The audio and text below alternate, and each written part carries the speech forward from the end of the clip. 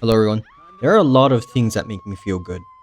Paddington 2, Subway, memes, big monsters, and of course, Bustin'. Ghostbusters Frozen Empire, the fourth entry into the main Ghostbusters universe. The boys' Bustin' verse, if you will, and the fourth time the world is going to end. The plot is, 2 years after Ghostbusters Afterlife, the cast is in New York because Winston, Ernie Hudson, who is apparently Agent Fowler from Transformers Prime, by the way, that's pretty cool. He gives the firehouse to the new cast so they can bust in New York. Then Kumail Nanjiani showed up and gives Dan Aykroyd an orb that has an ancient god in it, and it busts out to bust on New York City. And that's basically the plot because, you know, that's going to be a god that's going to cause the apocalypse like it's been for movies now. Let's talk about the good things first. Characters, even minor ones, have character arcs that have through lines, and that's pretty neat. There was one shot that I thought was cool with the Amazon drone Ghostbusters trap. A monster or two I thought was neato, and the big bad guy's shadowy form was cool, but sadly they get rid of it pretty quick. And one of the genuinely best things about the movie is that it was less than 2 hours. With that, let's get into the bad. We follow the same cast from the last movie, and once again the pacing is bad. There's a fine line between learning and becoming what you are, and dicking around for 50 minutes. And then the plot happening to you. That was how it was in the previous movie. But in Frozen Empire, at least it's not that bad. Surely due to this time having the mercy to at least make the movie not as long. The Ghostbusters is a comedy, and yet again, there were barely any jokes. Actually, scratch that. There were jokes, they just weren't funny. And after they make the joke, you just go, that was a joke?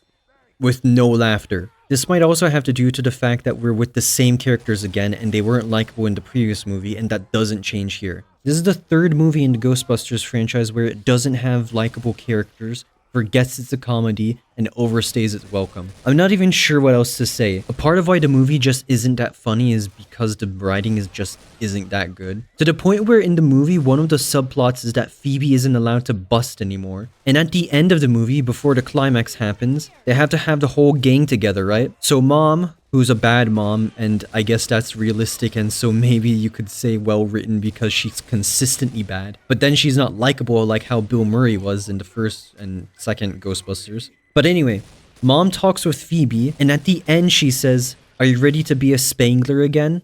Which means so much worse. What you should have said was, "Are you ready to be a Ghostbuster again?" It's so simple, how don't you see this? Also, I have to mention it somewhere. I had the idea to watch this in IMAX, and the theater was completely empty aside from a few other couples. This was the last showing of it, at least in IMAX, after just a week or so. And for good reason too.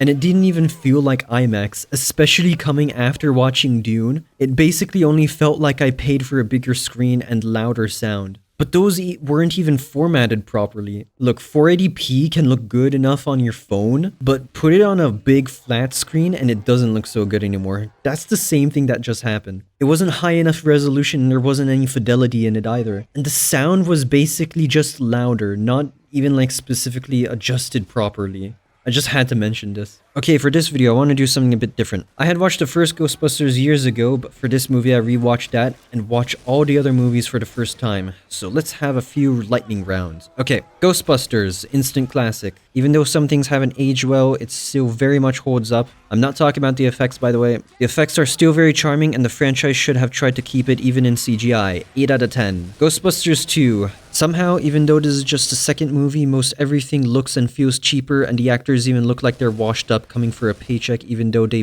very much aren't washed up. The movie came out 5 years after the first, and they really didn't have to make a canonical time skip. This decision would have ripple effects that still affect the series. A disappointing 5 out of 10. Ghostbusters 2016. A lesser Star Wars The Force Awakens sequel reboot. Honestly, this movie isn't very good, but the reaction it got when its trailers were first released was overblown. 4 out of 10. Ghostbusters Afterlife. After an all-female version, they decided to just do another sequel reboot in the mainline universe. Harold Ramis, who plays Egon Spangler in 1 and 2, passed away, so they couldn't have him for the iconography at the end. So instead, they decided to take this beloved character, smear his name, then try to undo it and show that he was right all along. But it doesn't change what you did, and the other Ghostbusters would have believed him anyway. And they have the gall to write for Harold at the end. The music it uses is cheap and unearned, and the pacing is really bad. 2 out of 10. Ghostbusters Frozen Empire. Most of the same problems with Afterlife, only slightly improved. The plot is contrived and uninspired again, but it's almost like it's a Ghostbusters trope at this point. At the end, it even has the gall, same like with For Harold, to say something like for Ivan Reitman, or in memory of Ivan Reitman, the director of the first movie. The music is cheap again, constant nostalgia baiting. Hey, look, it's Thing. South Park member berries, honestly. And you know, to be honest, I feel like that sums it up pretty well. Ghostbusters Frozen Empire feels like it's a lost movie from the mid-2010s. 3 out of 10.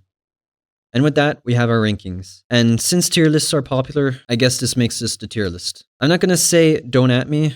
Please at me. I'm very lonely. Here's how the letterbox looks. Feel free to check those out. Here's a meme I liked. Creativity in our media, I guess. Oh well. Like and subscribe, and I'll see you next time. Goodbye, everyone.